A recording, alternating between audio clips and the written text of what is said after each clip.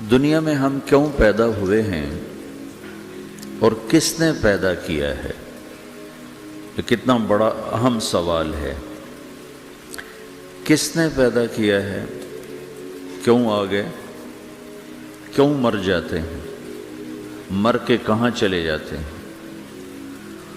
بھاگ دوڑ لگی ہوئی ہے کمائیوں کی، کماتے کماتے کماتے کماتے ایک دم سب چھوڑا اور جا کر قبر میں سو گئے۔ جسے میتھمیٹک کا قاعدہ ہے کہ بڑے سے بڑے عدد کو زیرو سے ضرب دو تو وہ زیرو ہو جاتا ہے۔ 1 ملین انٹو زیرو زیرو، اور 1 بلین انٹو زیرو زیرو، اور 1 ٹریلین انٹو زیرو زیرو۔ تو بھائیو، جو کچھ آپ بناؤ گے یا میں بناؤں گا، جو کچھ آپ کماؤ گے یا میں کماؤں گا، جب یہ موت سے ضرب کھائے گا تو زیرو ہو جائے گا۔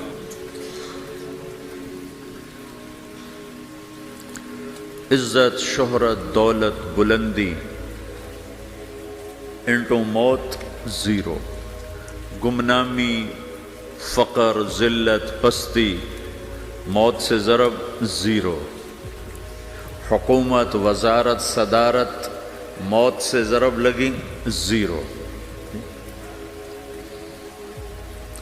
جھونپڑا، بیماری، غربت ضرب موت زیرو۔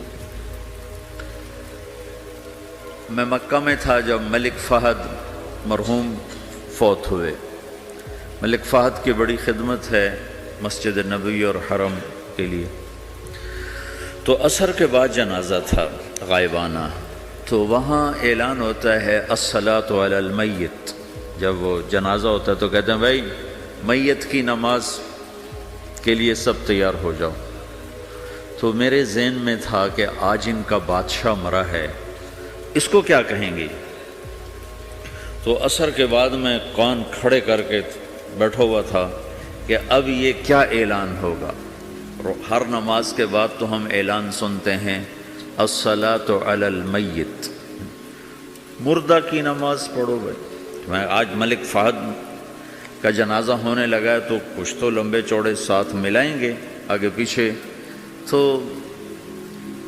بڑی حسرت ہوئی جب کانوں میں یہ آواز سنی الصلاۃ علی المیت، میت کی نماز۔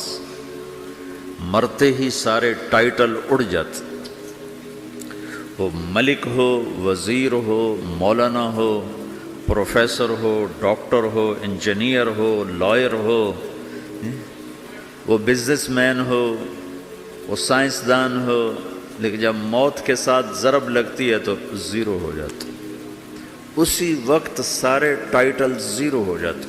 اور گھر والے کہتے ہیں ڈیڈ باڈی اٹھاؤ، ڈیڈ باڈی اٹھاؤ۔ کوئی نہیں کہتا ابا کو اٹھاؤ، کوئی نہیں کہتا اماں کو اٹھاؤ، کوئی نہیں کہتا بھائی کو اٹھاؤ۔ میت اٹھاؤ بھائی، میت اٹھاؤ بھائی، ڈیڈ باڈی اٹھاؤ بھائی۔ ساری زندگی کی محنت اگر یوں ہی ختم ہونی ہے تو اس زندگی کا فائدہ کیا ہے؟ اس کمانے کا فائدہ کیا ہے؟ اس بنانے کا فائدہ کیا ہے؟ بنا بنا تھک گئے، کما کما تھک گئے، اور پھر مر کے جا کے اتنی سی جگہ میں جا کے سو گئے۔ اتنا بڑا گھر بنایا اور آخر میں جا کے اتنی سی جگہ میں جا کے سو گئے۔ مٹی کی چادر اوڑھی اور مٹی میں مٹی ہو کر قبر کا نشان بھی ختم ہو گیا۔ سب سے بڑا دنیا کا فتح کرنے والا چنگیز خان گزرا ہے، اس کی قبر کا نشان آج تک معلوم نہیں کہاں ہے۔ تو اب یہ میں نے سوال اٹھایا ہے کہ ہمیں کس نے بنایا، ہمیں کیوں بنایا، ہم سے کیا چاہتا ہے، موت کیا چیز ہے، موت کے بعد کچھ ہے یا زیرو ہے؟ ان سوالوں کا جواب دنیا میں کسی کے پاس کوئی نہیں۔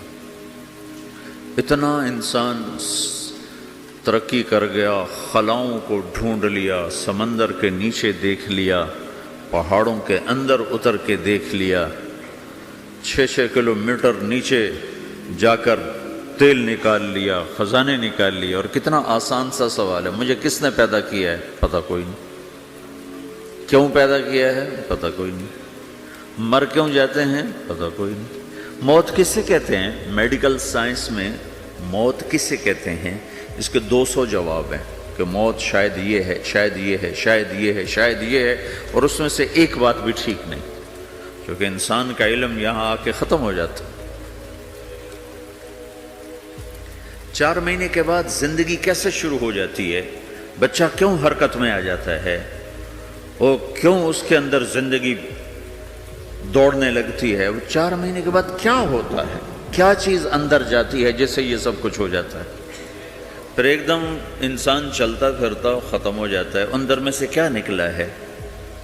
پھر جب اس کو ہم قبر کے سپرد کر رہے ہیں، ہندو جلا دیتے ہیں، ہم زمین میں دفن کر دیتے ہیں، یہودی عیسائی زمین میں دفن کرتے ہیں، ہندو جلا کے راکھ بنا دیتے ہیں، سکھ جلا دیتے ہیں، تو یہ سب کہاں چلے جاتے ہیں؟ راکھ بن کے اڑ گئے، کہاں گئے؟ مٹی میں جا کے بھی مٹی ہو گئے، کچھ عرصے کے بعد قبر کھودو تو تھوڑی سی مٹی پڑی ہوگی اور کچھ بھی نہیں۔ تو اتنے بڑے اہم سوالات ہیں، ان کا جواب ڈھونڈے بغیر اگر مر گئے تو بڑے گھاٹے میں جائیں گے۔ جو لوٹ آئیں تو کچھ کہنا نہیں، بس دیکھنا انہیں غور سے، جنہیں منزلوں پہ خبر ہوئی کہ یہ راستہ کوئی اور تھا۔ ساری زندگی چل چل چل چل چل، جب پہنچے جسے منزل سمجھا تھا وہاں پہنچے تو پتہ چلا میں تو غلط آ گیا، واپس جانے کا وقت ہی کوئی نہیں، شام ہو چکی۔ تو بھائیو، ان سوالوں کا جواب بنانے والے نے خود دیا ہے۔ اتنی بڑی کائنات ہے، کس نے بنائی؟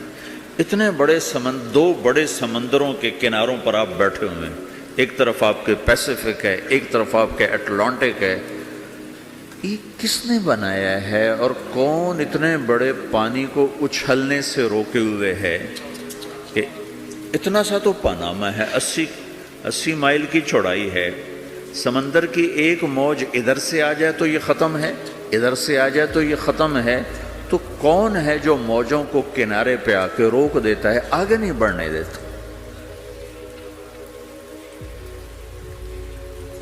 کس نے یہ سارا نظام بنایا ہے؟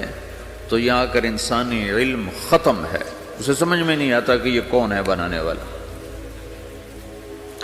تو اس کا جواب اللہ دیتا ہے، ان ربکم اللہ، تمہارا رب اللہ ہے، الذی خلق السماوات والارض فی 6 ایام، جس نے تمہیں بنایا اسی نے زمین آسمان کو بنایا، یغشی اللیل النہار یطلبہ حثیثا، جس نے تمہیں بنایا اسی نے دن رات کو بنایا، آگے پیچھے چلایا، الشمس والقمر والنجوم مسخرات بامرہ، جس نے تمہیں بنایا اسی نے سورج چاند ستاروں کو بنا کر اپنے تابع کر لیا، الا لہ الخلق والامر، غور سے سنو، بنانے والا بھی اللہ ہے اور حکومت کرنے والا بھی اللہ ہے، فتبارک اللہ رب العالمین، وہ رب ہے ساری کائنات کا بنانے والا، جس نے یہ سب کچھ بنایا ہے۔